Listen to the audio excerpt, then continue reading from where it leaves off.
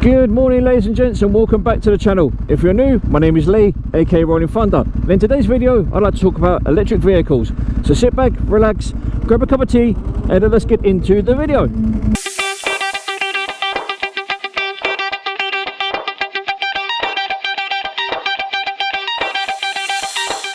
So ladies and gentlemen, how are we doing? I hope you're doing well. And the object of today's video is quite literally just to voice my opinions on electric vehicles, whether I think they're good, bad, safe, unsafe, and so on. As you guys know, I've always ridden petrol motorcycles. I've never ridden anything electric. I probably never will ride anything electric, but I feel as though it's a topic that needs to be discussed. As a motorcyclist of nearly 18 years worth of experience, I feel like I'm pretty well placed to give my opinion on the situation and whether or not electric vehicles, especially motorcycles, are safe, usable, and so on. And if you haven't already seen my previous video on what motorcycles to start with, I'll put that in the link above. But the object today, like I say, of today's video is literally to open the floor to discussion as to whether or not electric vehicles are safe, unsafe, a good idea, a bad idea, and so on. I myself, I'm pretty much a fossil fuel purist, as they say, and I'll be honest, I can't ever see me buying an electric vehicle, whether it be a car or a bike, and that's for a couple of reasons. One, they're hella expensive, they're also way too quiet for my own liking, and with that being said, as being quiet, I use that term loosely, as being a quiet vehicle, they come with their own hazards. For example, me riding around like I am now, as you guys know, this old girl is exceptionally loud. Even at tick over, there could be an electric vehicle sitting right behind me and I wouldn't even know they're there. There could be an electric motorcycle or an electric scooter being right up behind me, pardon me, and I would not have a single fucking clue that it's there. And like I've said in the previous video, I don't want people to think that I'm poo-pooing the idea or I'm taking the piss out of people who drive electric vehicles or own electric vehicles, because I'm not. I'm just merely putting my point across as to why I think what I think. And a perfect example of that particular incident of not knowing where an electric vehicle is this happened fairly recently to me. I was riding along, mind my own business, as I do pretty much most days, and out of nowhere, one of those little electric hybrid vehicles, I think it was a BMW or a Prius, I can't quite remember, just appeared out of nowhere right beside me. And had I not been using my mirrors at the time, that particular situation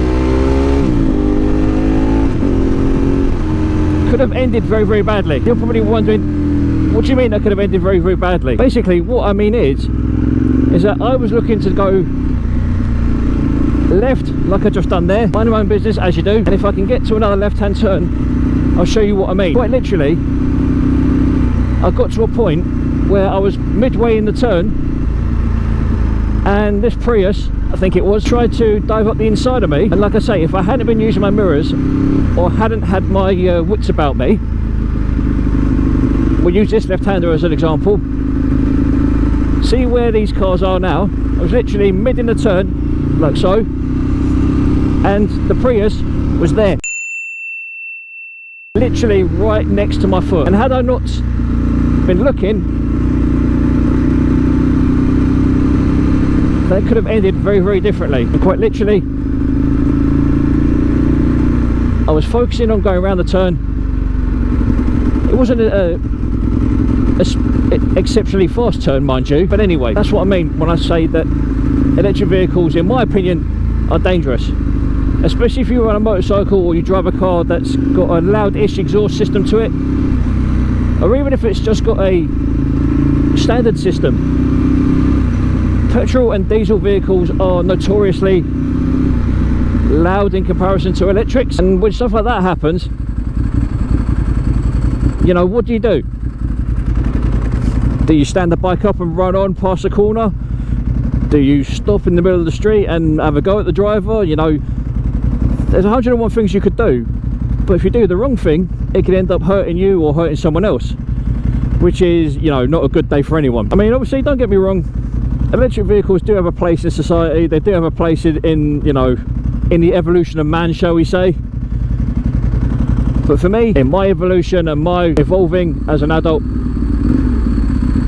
they don't really play any part in my life just yet.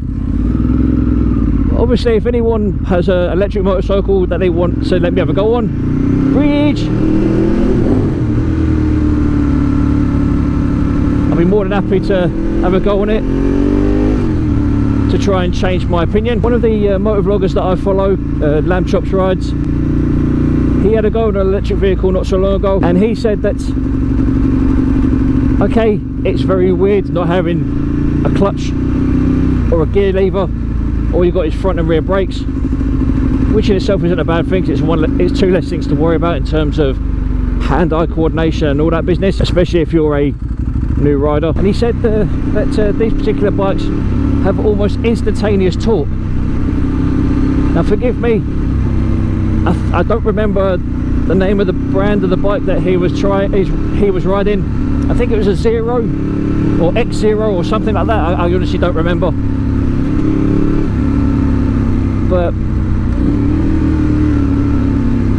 the fact that he said that it had instant torque was like, ooh, interesting. A bike with instant torque sounds interesting. Being the massive kid that I am,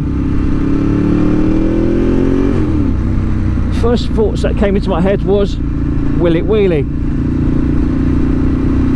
And no doubt probably someone's going to say in the comments, oh, you're a child, you're this, you're so immature for looking to see whether it can wheelie and blah blah blah blah blah. And so what? At the end of the day, the bikes are made to be ridden. They're made to have fun on.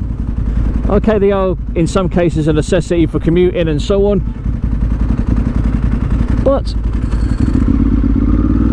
they're also there to have fun with, and we're all about having fun on this channel. What are your guys' thoughts on the idea of electric vehicles? Do you guys have a particular standpoint or a particular view on it? If you do, I'd love to hear it.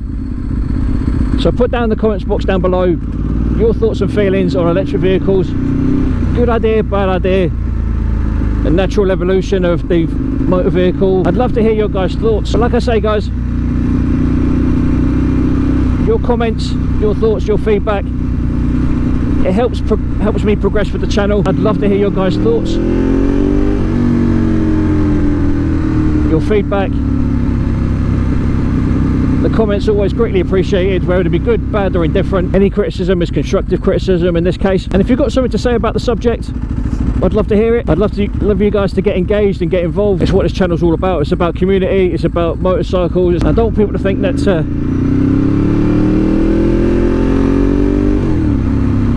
I'm one of those naysayers that isn't prepared to listen to their subscribers, because I am. I've always been like that.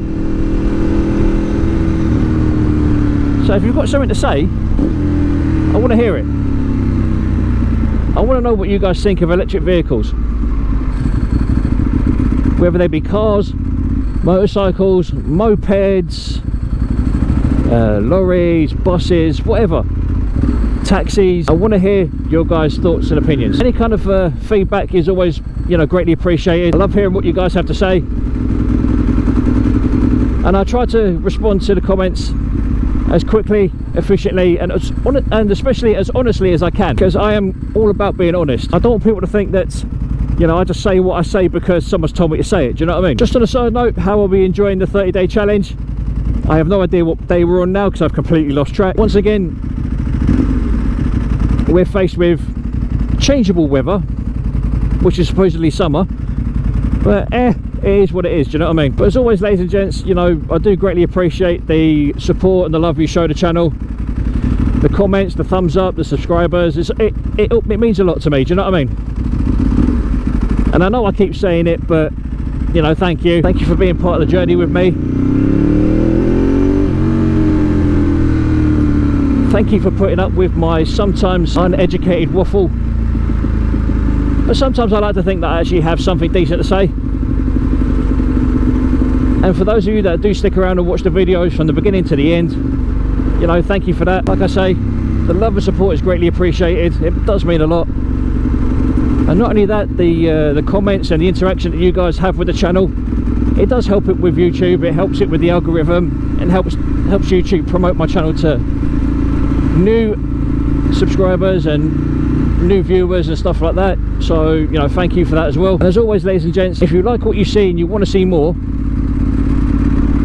make sure to tap that like button, highlight that bell, so you get kept up to date with all future content. And if you're not already a subscriber, please consider subscribing to the channel. It helps me out with the algorithm, and it'd be great to have you on board. So if you like this kind of content and you want to be involved in this kind of channel, then please feel free to subscribe. And I welcome all new subscribers. But anyway, ladies and gentlemen, as you can see, the rain has decided to join us again,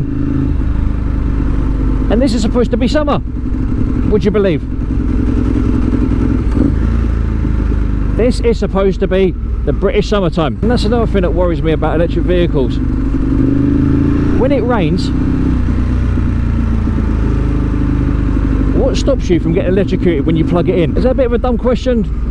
I don't think it is. But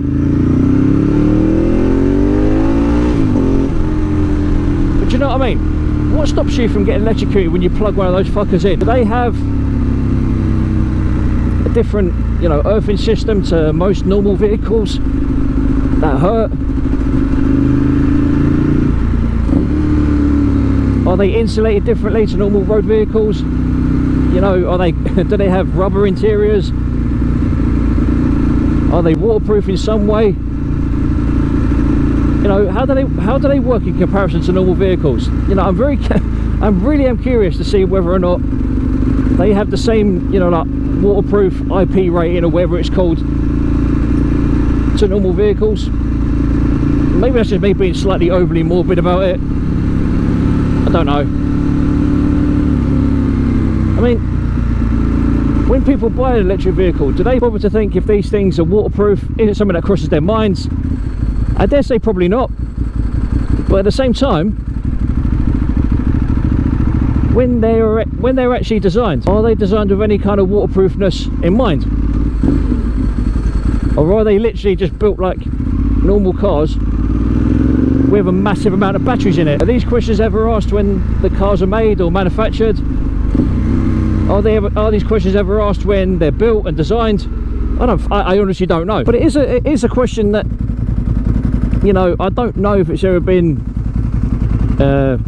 asked of people or asked of the manufacturers or whatever. It might have been, it might not have been. I honestly don't know. Maybe someone in the comments will tell me that they have been, you know, waterproof to a degree, or they're given some sort of waterproofing rating. I think it's called IP rating. So I think a lot of like mobile phone cases and stuff like that have an IP rating of like IP60 or IP65 or something like that. Personally, I prefer IP3, but there you go. Terrible dad joke, I'm sorry. I'm very sorry for that absolutely terrible monstrosity of a dad joke. Also, ladies and gents, in the very near future, I will be doing a product review on a company called Vulcanet.